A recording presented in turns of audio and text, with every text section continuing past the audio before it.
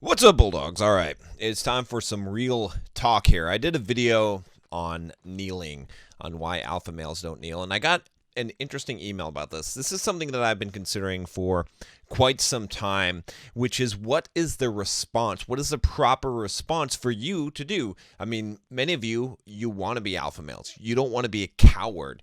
You don't want to be a chicken. You don't want to allow your world to be overrun by social justice warriors. So how do you fight back? And should you fight back, or should you just be sitting back and letting John make the videos? So I'm going to seriously entertain this, and I'm not going to give you an absolute solution to this problem because I don't have one, honestly. I'll tell you pretty blankly here, but I'm going to give you some scenarios. I'm going to give you some things to consider, and then from there you're going to have to make your decision. So let's jump into this email here. He says, I'm glad you made a video on the kneeling thing. I can't believe people are doing that shit. It did make me wonder, though, what are your thoughts for people like me who want to stand up by creating controversial art in the way you have? The issue is this. Things have gotten worse since you started your journey to BDM. That's Bulldog Mindset, guys, not BDSM. Okay, plus, you will always be a dominant. By the way, some guy commented on my YouTube channel, and he was like, well, I guess BDSM is out. And I had to remind him that alphas are always dominants. They're never submissives in a BDSM scenario. So just so you guys are aware of that, if you're a sub, then you're just not alpha. You know, you can be whatever you want, but you're not going to be alpha, you know, being a sub. So plus you are already financially set. Imagine what happened to you, except take away the real estate and other assets, and you'll have what young conservatives / libertarians, I like that I use both of those, okay, like me, are facing right now. So for you guys who need a little bit of a history lesson, I'm going to just go ahead and do this to emphasize the point. Go ahead and click up here to this one. So click that card and you can check out my video on how I became the most hated man in tech. And if you just don't like to take orders, then click it in the description below. All right, so let's jump back to the email. So basically what he was saying here is that, you know, if you watch a video, you can open up another window and hear the story. But I got canceled in the tech community, and they basically unpublished my book, put pressure on the publisher, unpublished a bunch of my Pluralsight courses, all my Pluralsight courses, did all kinds of just nasty stuff, tried to like get people to defriend me and all kinds of things, got my videos, podcasts removed from all kinds of platforms. So yeah, fun stuff. So he's basically saying like, okay, imagine what would have happened to you if you didn't have, like, if you didn't have fuck you money, if you weren't able to go fuck you to the social justice warriors because, you know, you're independently wealthy. So if I didn't have that stuff, okay? Which again, guys, by the way, I'm going to plug something here. This is a good opportunity. If you haven't already, go click the link. It's also in the cards, and join the Bulldog Mindset membership. Okay, now, the reason why I'm saying this is because guess what? If you do not have financial independence, okay, you do not have freedom in this country. You do not have freedom of speech unless you can say fuck you to your boss, to anyone. You don't have a boss, okay, and not suffer the financial repercussions. So the reason why I can do what I do, and I can just say fuck you to anybody I want to, pretty much, okay, is because I have financial independence. That's what the Bulldog Mindset membership, again, that's what I'm trying to teach you guys. Now, this is the cheaper version of it. Obviously, I offer coaching and there's more to it, but I'm trying to reach as many people as possible, and I'm giving you the exact steps and lessons that I used to become financially independent, and also the other stuff, to get a good physique, you know, to become socially capable in dealing with women and all of those type of things that you want, and really develop the Bulldog mindset, okay? The mindset that you need for success. So definitely sign up. Just try it out for a fucking month. I mean, don't be a cheap ass, and if you want to change your life. So anyway, that's the end of my plug. All right, so let's go. So I just saw a woman at a local bar get fired because she shared a post on Facebook stating that our local police need to stop the riots and street blocking. She was called racist and fired. It's so, the bar for being a racist today is so low. That used to be like, it used to be a high bar, right? It's like the bar for being called a cunt. It's like to say that word, like, I don't know what even YouTube's going to do with this video, because it doesn't even roll off my tongue, okay? It's really high. Like, if you're going to call it like fuck, that'll come out all shit, bitch, whatever, all that. But cunt is like, it's even hard for me to say, right? It's like, it's pretty high up there. But in England, it's like low. It's like you're automatically a cunt. Like as soon as you meet someone, they're a cunt. That's it, right? Same in Australia. So the bar for racist, like it used to be like high. Like when you call someone a racist, them be fighting words. Now it's like, okay, if you post something on Facebook, if you don't agree with us, silence is violence. Now you're a racist, right? I mean, the video I did on kneeling, right? How many people called me a racist? It's kind of crazy. Like, I mean, that's like, to me, it's still fighting words. I'm like, fuck, if we were in the street and you called me, well, you wouldn't call me a racist, but if you did, I'd be swinging. That's what I'm saying is like, I mean, if you got some really good proof, like if I just used the N-word or something, okay, now it's warranted, but if you're just going to call me a racist, but the bar is so fucking low. It's crazy. It's sad. It's bad. It's ridiculous. All right. Okay, so he says the conflict for me is figuring out how, this is going to be a long video, by the way, just so you guys know. So just, get a Coke or something. All right, this conflict for me is figuring out how to basically not have to choose between ending up jobless/homeless and doing the right thing by pursuing the fire inside me, writing videos and speaking up. It's truly great that you can afford the blows, but my concern is that younger people like me won't have the same shield to protect us from the blows of doing the right thing. Okay, and this is very true. All right, I'll put some commentary in a minute. Don't worry. All right, so he says here, okay, when I look at people in the spaces like yours, the one I want to contribute to, I see people who started out before the left became so fucking batshit crazy. It seems that people were able to build platforms and get big enough to take the blows. What happens when you're gone? Okay, I don't want to have the victim mindset here, but I am having to weigh paying my bills with doing what I believe is right, and that is a terrible fucking place to be. Honestly, I think people are experiencing this a lot more than you may think, and probably for a lot smaller issues. For instance, sticking up for an unpopular opinions in the workspace. I tend to lean heavily towards telling them to choke on a dick. I like that. It's like, choke on a dick. Just out of nowhere. Just say the words choke on a dick and you get a laugh. All right. But I am still relatively young and want to see your thoughts. Take care. Okay. Do I have thoughts on this? Yes, I do. So I'm going to start off by this little phrase that I just invented today. I think it's good. I hope that someone quotes me in history for this, which is that you should always begin and end with pragmatism. Okay. And that's what this is going to be about. So there's a few things to think about here. Okay, so for a long time, I've been trying to figure out my stance on this, right? Because I see a lot of my friends getting destroyed by social justice warriors. When I was getting canceled, right, I was like, okay, what do I want to do?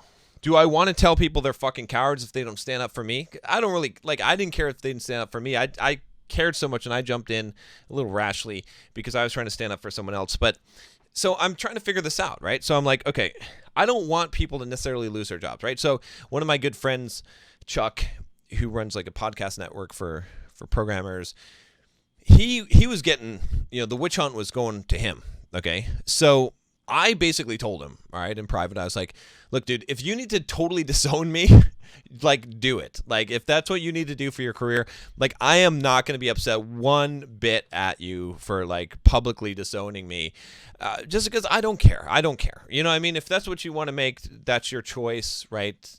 I understand there's a lot of pressure on you. It's cool. We can still be friends, like, in private or whatever, but, it's your choice, right? And, of course, he would never do that, okay?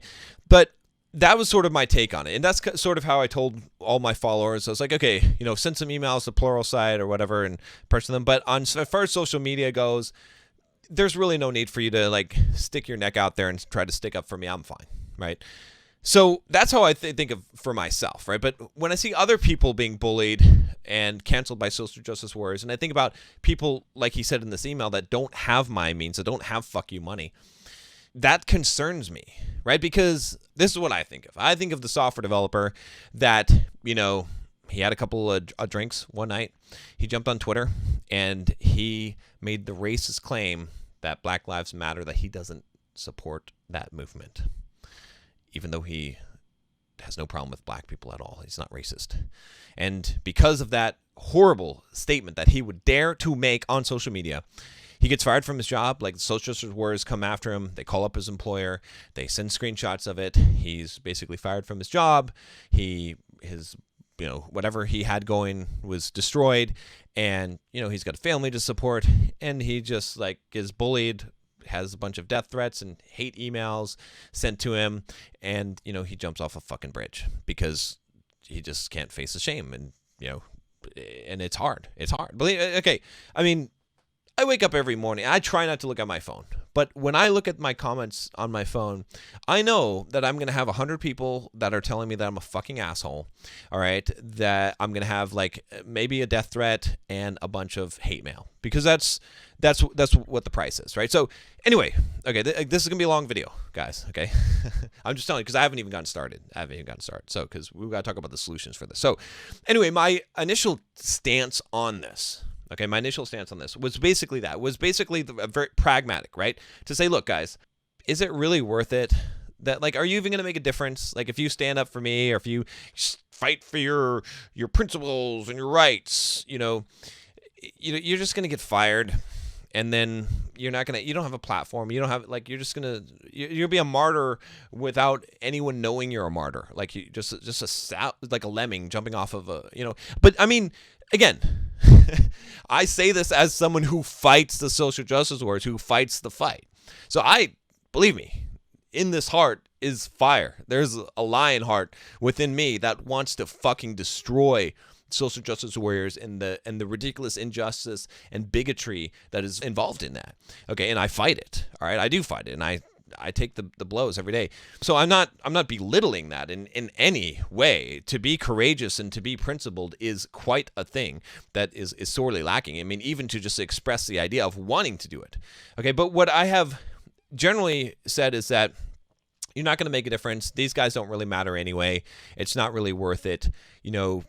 Just basically fly below the radar. Okay, get yourself some financial independence. Like I said, join the Bulldog Mindset membership. Guys, seriously do that, because we're building an army. Okay, when we have enough numbers, then we will be able to do some things. Okay, but regardless. So basically my strategy has been to tell people, when you're big enough and you're immune from all this stuff, then you can take a stand, or if you build a platform. The other aspect of it is, so again, it's very pragmatic.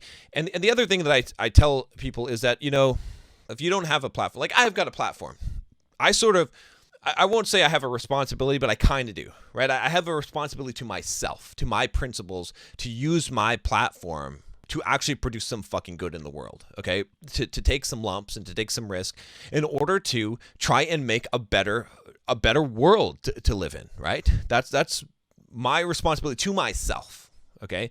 Because I can actually make a difference. Whereas if you post on Facebook and your 100 friends see it and one of them reports you to your employer and you get fired, you didn't make any difference. You didn't change any minds. You didn't inspire anything. Again, I'm not trying to belittle you. I'm just saying, if you don't, like, for most people, it just doesn't make sense. It doesn't make sense. Now, with that said, at the time I'm recording this video, downtown Seattle has been taken over 6 blocks by social justice warriors. We'll just call it that, because it's kind of confused. There's a lot of like confusion going on between, is it Black Lives Matter that's peaceful, and is it Antifa that's not peaceful, and is it, what's the boo yaya, boo hoo hoo, boo whatever, that are coming in and stirring up trouble. It's obviously not them now. Like that's pretty much not the case, right? Because they're not the ones that are taking over City Hall. But anyway, so we're going to shift into phase 2. So phase 1, this was my thinking. Here's something to consider. Okay, so we're going to talk about phase 2. So with that happening, the threat is becoming more real. So my understanding of World War II is that the United States of America, okay, and I'll speak from that perspective, was isolationist, okay, which means that we don't give a fuck what you guys do. Do whatever the fuck you want, but we're just gonna do our own thing here in America. All right. And that was, up until basically Japan bombed Pearl Harbor. And then we had to kind of say, whoa, hold on a minute. What are you guys doing here? oh, you're actually going to take over the world. I see, right? Because Hitler was coming in, Nazis were invading Poland, Nazis were invading France, Nazis were going after England. England was the only one, okay? So you Brits, like, congratulations, you have some fucking balls. You're the only one fighting Hitler. Only one fighting Hitler, basically, okay? Again, I'll probably disparage a bunch of people that were like, no, us Romanians were fighting Hitler. I don't know. But I'm just saying, as far as, like, my understanding of history, okay? So then the U.S. finally comes in, but almost too late, okay? Like, it was not an easy fight, right? If we come in earlier, if other countries had come in earlier and had fought Hitler and fought the Nazis before he became so strong, before he conquered all these, they didn't think he was going to do much. He's like the social justice warrior. Let's not get involved in that shit. Let's just stay with our own shit. We got enough stuff to deal with. It's not worth the battle. It's not worth the fight. It's not worth losing the lives. Okay? It's a pragmatic approach.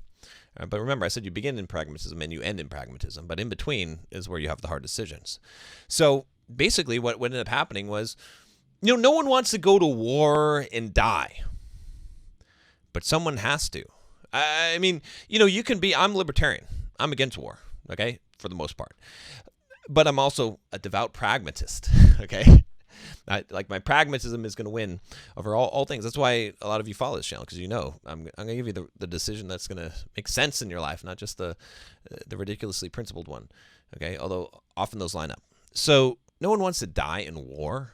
Think of D-Day, okay? Think about how many, like, someone has to run up into the fucking machine guns. A lot of someones have to run up into the machine guns and get mowed down so that enough troops can make it over the fucking hill and kill the guys that are shooting those machine guns.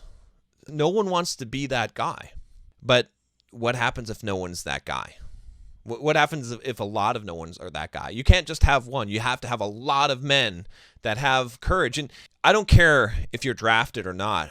You still got to have some fucking balls to run into machine gun fire, to come off a boat and to run into machine gun fire. Now, I'm not, and don't get me wrong, for those of you that are not in the U.S., I understand there were other allies involved in it. I'm just talking about it from an American perspective here.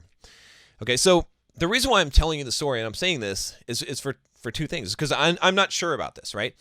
If we take the first approach that I've been giving you guys, that I've been saying to my friends, like, don't get involved here, what will happen in the long run? Are they enough of a threat now? I mean, the threat didn't seem so real, but now with Seattle, like, literally with social justice warriors taking 6 blocks in Seattle and nothing happening, and riots around the country, and so much of the craziness, so much of that you could be a racist and fired from your job because you don't speak out or because you say something against protesters.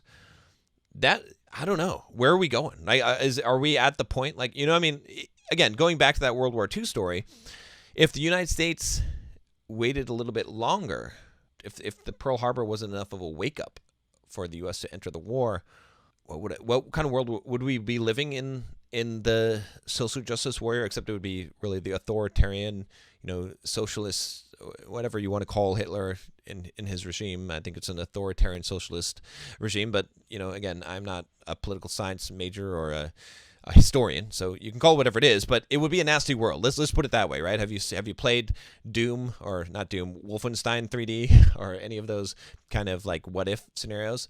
Okay, so that would have been the result, and I mean, Germany was a small country. It wasn't a huge country, right? I mean, and it took over almost the world. It could have taken over the world, right? So where does that leave us? It kind of leaves us in a spot where basically I have to say to you that you have to consider the real possibility that if we all just keep our mouths shut, and if you just let John, get on the mic and post on his Facebook, I'm not in support of Black Lives Matter, and make videos that are against it, and to fight the social justice warriors in the tech industry through Simple Programmer brand, right? Then at some point it may be too late to stop them. And I don't know, are we there? I don't know. I honestly don't know how serious the threat level is, but I keep on seeing it grow.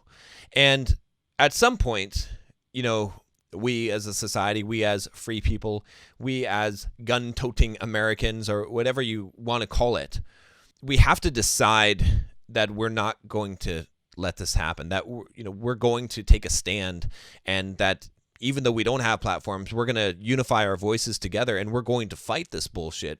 Because to be honest, I've seen it happen in the tech industry. I've seen it being completely taken over. Because remember, I've had my simple programmer company for about 10 or 11 years, and I've been a developer I was a developer 20 years ago is when I started my development career. And I saw what happened. It was a small minority, believe me, of people that had the social justice warrior mindset, and they basically bullied people just like we're seeing now in the greater scope of things. And if you've followed Evergreen College, you've seen that as well. And they kept on gaining ground, and they put code of conducts into every conference, and they made big deals, and they canceled people that disagreed with them, and they got a bunch of people of their breed, let's say, of their ideological breed, into high-level positions and into controlling interests of open source organizations, all of these things, and they basically took over. And it's too late to fight that war now, I believe, right? I don't think that you can win there now. They pretty much own that space, right? And all of the big tech industries or tech companies are taken over by them. So that's what I'm saying is that, I don't know, we get to a point where you're going to have to, no one likes to die. No one likes to run into machine gun fire, but some of you guys are going to have to do it. And I don't know when the point is. I don't know, I'm not rallying the troops yet, but at some point, maybe some people like me that have platforms start to talk to some people like you and start to say, hey, you can't remain silent anymore. You got to stand up. You got to say something. And I don't say this from a bullying or pressure perspective. I say this from a warning. Like, if you don't do it now, you might not get a chance. Because, there's that poem of, they came for so-and-so and I didn't do anything because it wasn't me. They came for so-and-so. They came for the Jews, right? And then they came for me and there was no one there, right? I don't remember the exact words of the poem, but I'm sure you're familiar with it. So that's kind of phase 2, right? Is that. So something to consider, right? At some point, if this threat grows large enough, you'll have to be one of those people, or enough people will have to be one of those people that's willing to run into the machine gun fire. But I don't think the time's now. I don't think it. I could be wrong, but I would hate to see many of you lose your jobs and to, in a war we can't win. I would like to muster a group of people together so that we can be strong enough. And that sort of brings us into phase 3, which is this. Suppose that we are unified and we do come against the social justice warriors, but there's enough of us. Let's suppose let's say a company like Amazon or Microsoft. Let's suppose that I get 500 people, developers, that are all fed up with the social justice warrior bullshit. And we meet and we talk and we say, look, we're going to say this is enough. We're going to say this is some bullshit. Don't send Microsoft MVPs an email that says, hey, just so you guys know, Microsoft, we support Black Lives Matter and we support the protests. And that's our official position. And all of our MVPs do. And that's you. We're not going to be strong-armed anymore. So the next time you send us something like that, we're all going to reply back and say no. And we're going to push back and we're going to fight it and we're going to say no. And if you try to fire one of us, then all of us will quit. Okay. So that they can't fire all of you. Right. So maybe that's the solution. Maybe that's what we need to do is we need to start coming up with, you look at these Antifa people and you look at these movements, these social justice warriors, they're well organized. They're professional rabble rousers. They know how to cause a scene. In fact, it's kind of funny. The person who was instrumental in getting me canceled through Twitter, her name was Cause a Scene. That's what she did. She wasn't even really a developer. She didn't even really know anything about code. She just came into the technology space to cause a scene. So they're organized. So maybe the answer is that we need to be organized. Maybe that's what shields you is all of your brothers along with you. And so maybe that's how you're able to speak out, because we can do that in unison and we coordinate these things so that we can't be attacked because they pick you off one by one. That's how they work. And then it's like a witch hunt, and they look for all your friends and they pick them off, and they do the same kind of treatment to them. So maybe that's the solution, is what I would say. So now we get to phase 4. Phase 4. I don't know. At least my fourth thought on this. If you have a platform, you can make a difference.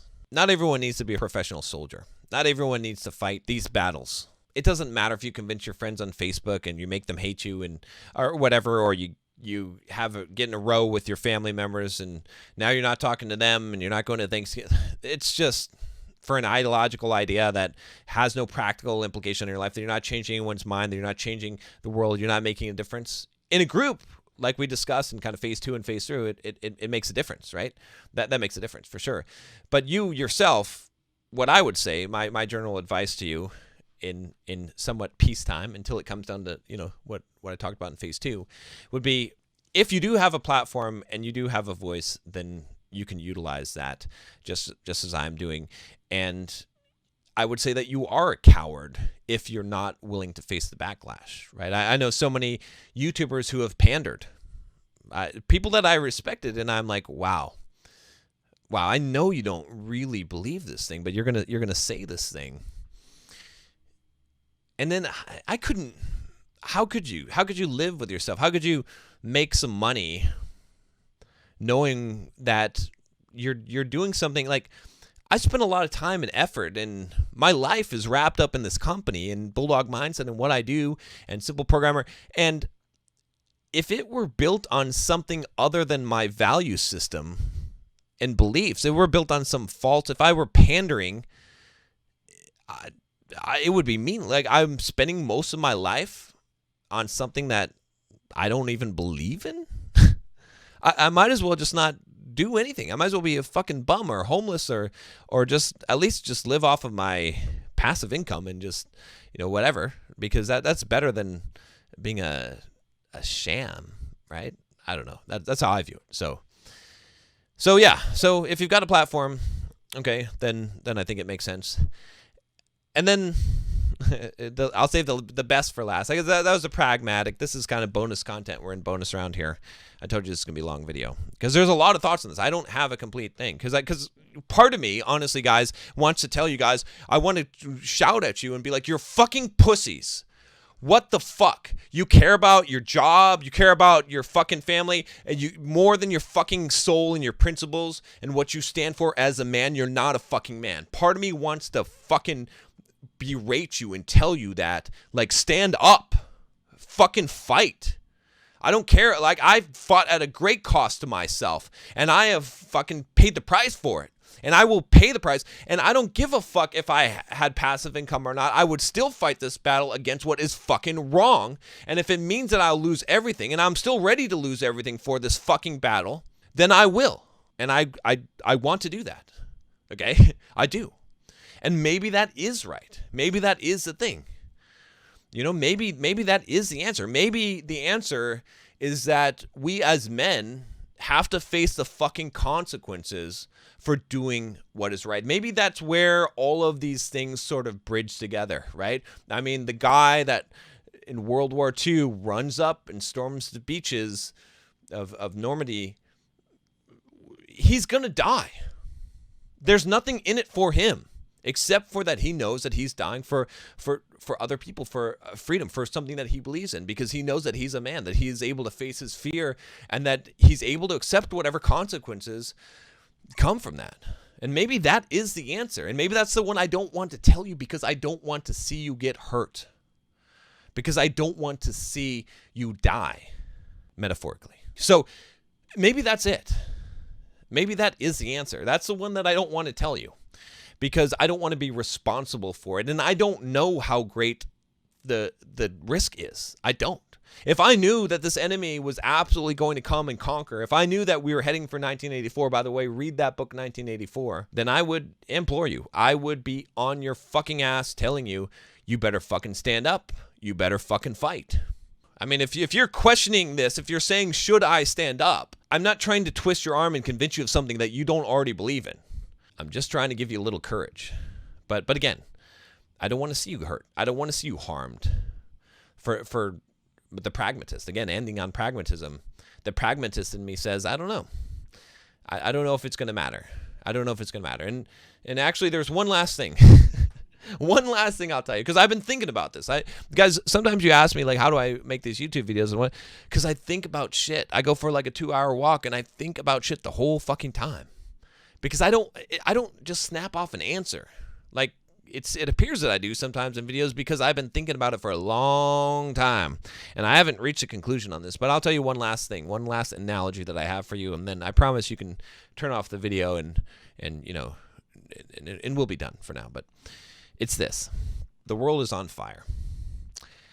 The world, I picture it as the earth is careening into the fucking sun. It's not savable. It's not redeemable. I cannot save the world. Okay? Some of you are ideological in the sense that you believe you can save the world.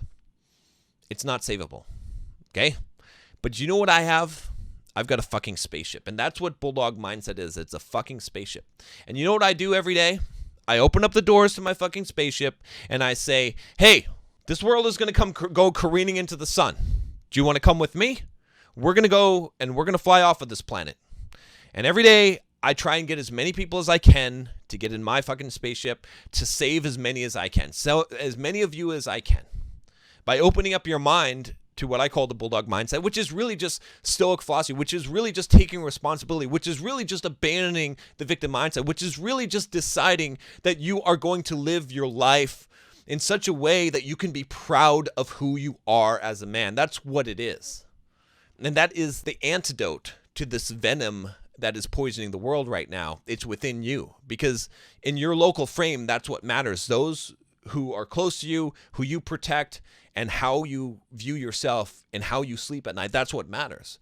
And so I'm trying to save you by saying, get into my spaceship and fuck the world. I don't care if they take over Seattle. I don't give a fuck if they take over the tech space and all of this bullshit. But here, I'm going to teach you how to take care of your fucking self, how to build your own business, how to do everything that you need to do so you can become financially independent and successful, and to have the right mindset in life so that we can say fuck them, because this world is unsavable. So that's my final thought on it, which is this. Maybe you can create your own spaceship. Maybe you can save as many people as you can. And that's the lens that maybe you have to look at things through, because if you're looking at it through the lens of, I got to stand up so I could save the world, it's not going to happen. The world is stupid. People are stupid. One of the things, you know, that stuck out for me from this guy, what he said was, you cannot make people think. And it's true. You can't save the world. You can't. People are going to be stupid. They're always going to be stupid. You could give them the perfect, you know, if I go Jordan Peterson on your ass and we go back to the Garden of Eden and we look at the imagery and the symbols of God giving a perfect world to human beings and them corrupting it. Like, the world started perfect. If you think you can make a utopia and then get people to play nicely in that utopia, you're wrong. It's not possible. People cannot be governed effectively for thousands of years, right? Read Plato's Republic and understand the failings of every single governmental system. You can't eliminate racism from this world. You know why?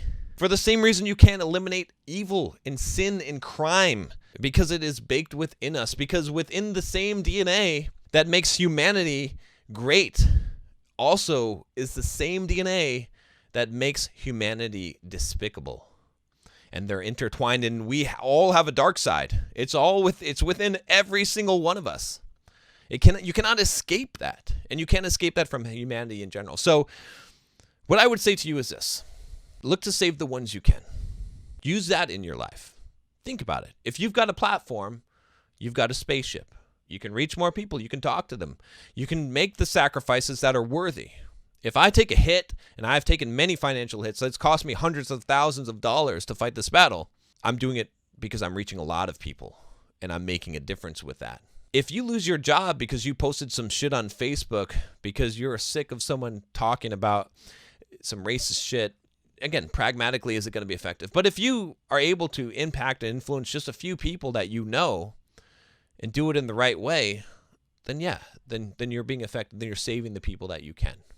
All right, guys, that's it. Let me know your thoughts on this. If you got an answer for me, I'd like to hear it. I'll be keep on thinking about this, you know, because like I said, I'm torn. I don't want to see you die. I don't want to see you guys hurt. But I also don't want to see the social justice warriors win, and eventually they'll be coming for all of us.